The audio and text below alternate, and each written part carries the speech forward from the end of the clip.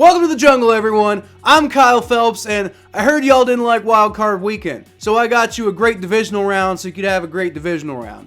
And an old meme to boot. Like, seriously, after all those lame-ass blowouts and terrible matchups we had last week, the NFL absolutely delivered with 4 incredible games this weekend. Before we get into breaking them down and ranking them, I'd just like to ask that you like the video and subscribe to the channel if you're enjoying the content. It really helps my channel out, and it helps you to be the first to know when we put out our weekly NFL coverage at the end of each NFL week. Also, we do Bengals previews with our excellent team of correspondents before games, recaps after the games, and Battle of Ohio podcast clips on the off days. Also, I try to live stream my play-by-play and reaction to every Bengals away game, as I'm planning to do for the AFC Championship this Sunday between the Cincinnati Bengals and Kansas City Chiefs, so make sure to check that out if you have time. So let's go ahead and rank these games, man. Just to clarify, every single game this weekend was a nail-biter, and you didn't know what was going to happen to the very end. That's the kind of football that everybody, except I guess the losing team, likes to watch. So, don't take it like the games that were lower on this list, like the number 4 game, the number 3 game, anything like that. Don't take it like those games were bad. They were all incredible, absolutely 100% made up for that really awful wild card weekend that we had. That was just full of blowouts and ref ball, and, even the good games were kind of tainted by, a weird ref call at one point. The Bengals game was great. Objectively, great game. Except there was that one weird, errant whistle that, everybody was talking about after the game that... Shut up. But the divisional round was an absolute pleasure to watch, and you will not convince me otherwise. Starting off with the 4th best game of the weekend, and yes, I say 4th best because it was still great, just not quite as compelling as the others. It was the Packers-49ers matchup from Saturday night. Now, I'm not gonna lie. I was hoping for more fireworks from this one. You got Aaron Rodgers in what is likely now his last hurrah with the Green Bay Packers because they lost in depressing fashion, going up against the team in the San Francisco 49ers that he swore to make pay for not drafting him. A reporter asked him, "Do you feel bad that you didn't get drafted by the 49ers?" And he's like, "Not as bad as they're going to feel for not drafting me." And now he's 0-4 against them in the playoffs. So, I think they feel pretty good. But the actual result that we got is I don't know, man. I was hoping for a little bit more than 29 passes for 225 yards and no touchdowns from Aaron Rodgers. Aaron Jones had a pretty nice game, but he made an absolutely awful error at one point on an otherwise incredible 75-yard catch and run. He probably could have taken the ball to the house on that play, but he tried to get cute and cut inside when all he really needed to do was just continue sprinting forward. Instead, he gets tripped up, and the drive ended up resulting in a blocked field goal, taking a whole 7 points off the board in a game that ended up being decided by 3 points. But both offenses, to be fair, were absolutely atrocious, man. All the credit in the world to the defenses for playing lights out all day. But this was one of those snow games that really felt like a snow game, 475 combined yards for both offenses, and only a single turnover each. The massive saving grace that made this game worth watching was, cover your ears, Packer fans, the insane special teams plays that defined the entire momentum of this game. For the most part, the Packers probably could have gotten away with an extremely low-scoring victory this week due to solid play by their defense and okay-ish play by their offense, but the special teams absolutely destroyed them. Problem is, winning that way would have been boring for us, the neutral viewer. Instead, San Francisco kept their hopes alive by blocking a Mason Crosby field goal at the end of the first half and tying the score up late in the 4th quarter with a blocked punt touchdown. You don't see those every day, but we did in this one. More offensive ineptness on the Packers on the following drive and a few decent plays by the Niners later, and suddenly the game is over with the 49ers unbelievably on top, 13-10. Like I said, it was the least enticing game of the divisional round, but there was still a bit of magic to this one that kept your eyes glued to the screen until the very last minute. I was kind of going back and forth between my number 2 and number 3 games of the weekend, but I settled with the number 3 game of the weekend being the Bengals Titans matchup from Saturday afternoon. Now, as a Bengals fan, this one was obviously the best one for me. And this game ended in a close, tight match that felt like it had the potential to go either way at any minute. By the end of the contest, the Bengals finished off the Titans with a 52-yard Evan McPherson field goal in a game where they never trailed. But that isn't the whole story. Most of the first half was an absolute defensive clinic, which is, good if you like that kind of stuff, from both sides. Ja'Marr Chase did what he always does with a 57-yard catch and run like he's done so many times this year, but the Titans stayed strong and clamped down on the Bengals, forcing 3 field goals in the first half. And at the end of the day, a game full of field goals isn't exactly the most exciting game in the world to watch. What was particularly enjoyable about this contest, though, was the weird stuff that you don't see every day, like Mike Vrabel's decision to go for 2 after the Bengals lined up with too many men on the field, and then Mike Vrabel got, tempted to go for the 2, then the Bengals stuffed him, and suddenly the Titans get 0 on the extra point, and so the game stays tied 6-6, when the Titans could have taken their first and, ultimately only lead of the game. There was this clutch interception by Amani Hooker that just barely counted by the literal width of a grass pedal as the ball appeared to kind of brush the ground as he was gaining control. At least that's the way that I saw it. But the drive ended in an absolutely incredible touchdown from Ryan Tannehill to A.J. Brown. Both an amazing throw and an amazing catch that even I, as a Bengals fan, live streaming this game and hoping to God that we can make it to the AFC Championship, I couldn't even get too mad about it, because just like, holy crap, he caught that on his hip without even looking. It looked like a glitch in a video game. But I have to say, the way the Bengals bounced back from that interception was very un-Bengals-like. At least, the Bengals that I've been watching for my entire life. Joe Burrow might have been sacked 9 times on the day, and honestly, that's an issue that they're absolutely going to need to address going forward. I don't know if they can win the Super Bowl if he's getting hit that many times. But Joe Burrow kept getting back up and didn't give the ball away down the stretch, unlike Ryan Tannehill, who threw 3 interceptions on the day.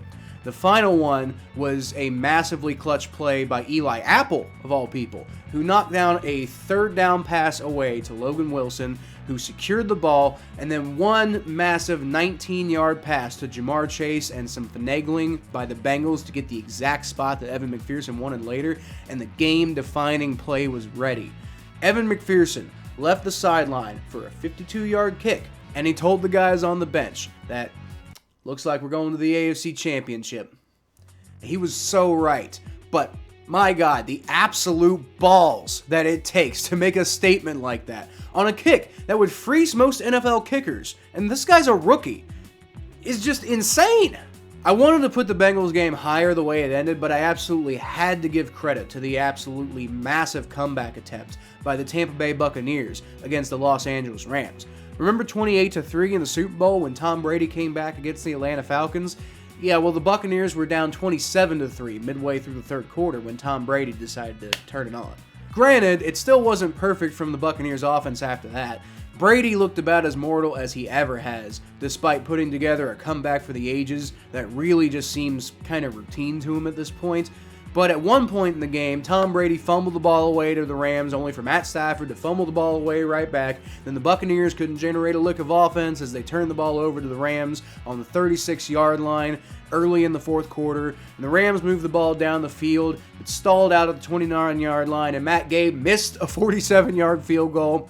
Then the Buccaneers got the ball back and stuffed on 4th down yet again, this time from even deeper in Rams territory. The crazy thing is this game ended 30-27 with a Rams victory, so if the Buccaneers had just taken a field goal on both of those situations, then they could have ended up winning the damn game. No such luck, but, the Bucs gave it everything they had, man. Tom Brady found Mike Evans for a back-breaking 55-yard touchdown, or at least it seemed like a back-breaking 55-yard touchdown at the time, with 3 minutes left in the game. That felt like the heralding of yet another comeback for the ages, especially after Cam Akers fumbled the ball right back to them a couple of plays later, and Leonard Fournette tied the score up 27-27 with 42 seconds left in regulation.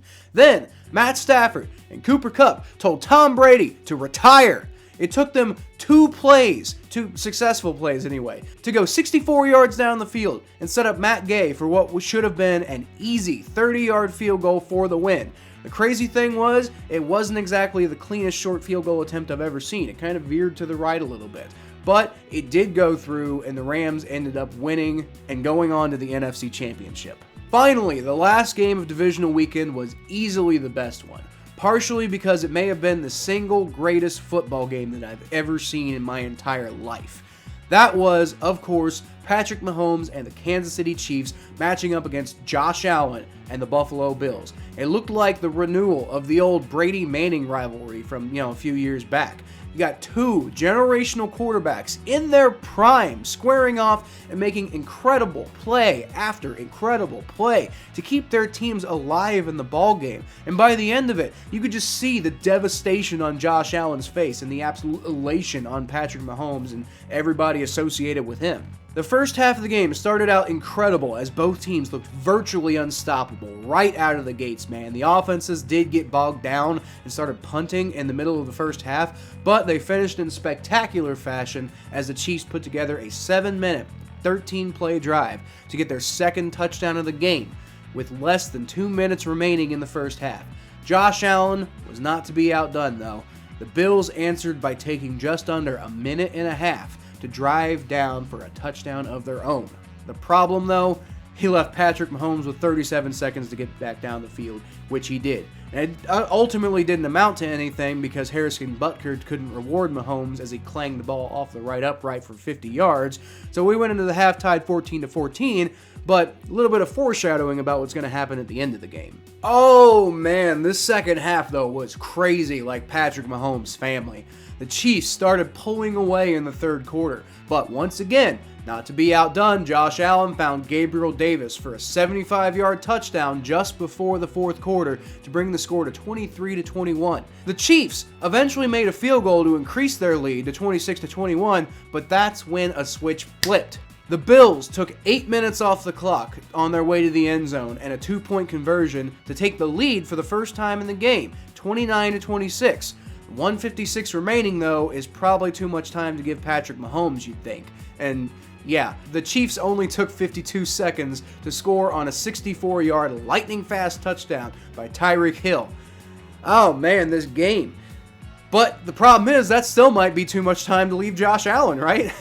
Also, yeah, the Bills drove right back down the field and put the ball in the end zone, draining the clock to only 13 seconds left with a 36-33 lead. I started tweeting out. I was like, oh man, looks like it's the 1988 AFC Championship all over again, right? Bengals, Bills, this is going to be fun. But hold on, even 13 seconds is enough for Patrick Mahomes to find Tyreek Hill and Travis Kelce and, use their timeouts and get into position for Harrison Butker to set up a 49-yard field goal that redeemed his earlier miss. At this point, you're thinking, how on earth is this game going into overtime? This is insane, dude. The Bills just won this game twice, and neither of them amounted to a hill of beans in the end because Patrick Mahomes is not human.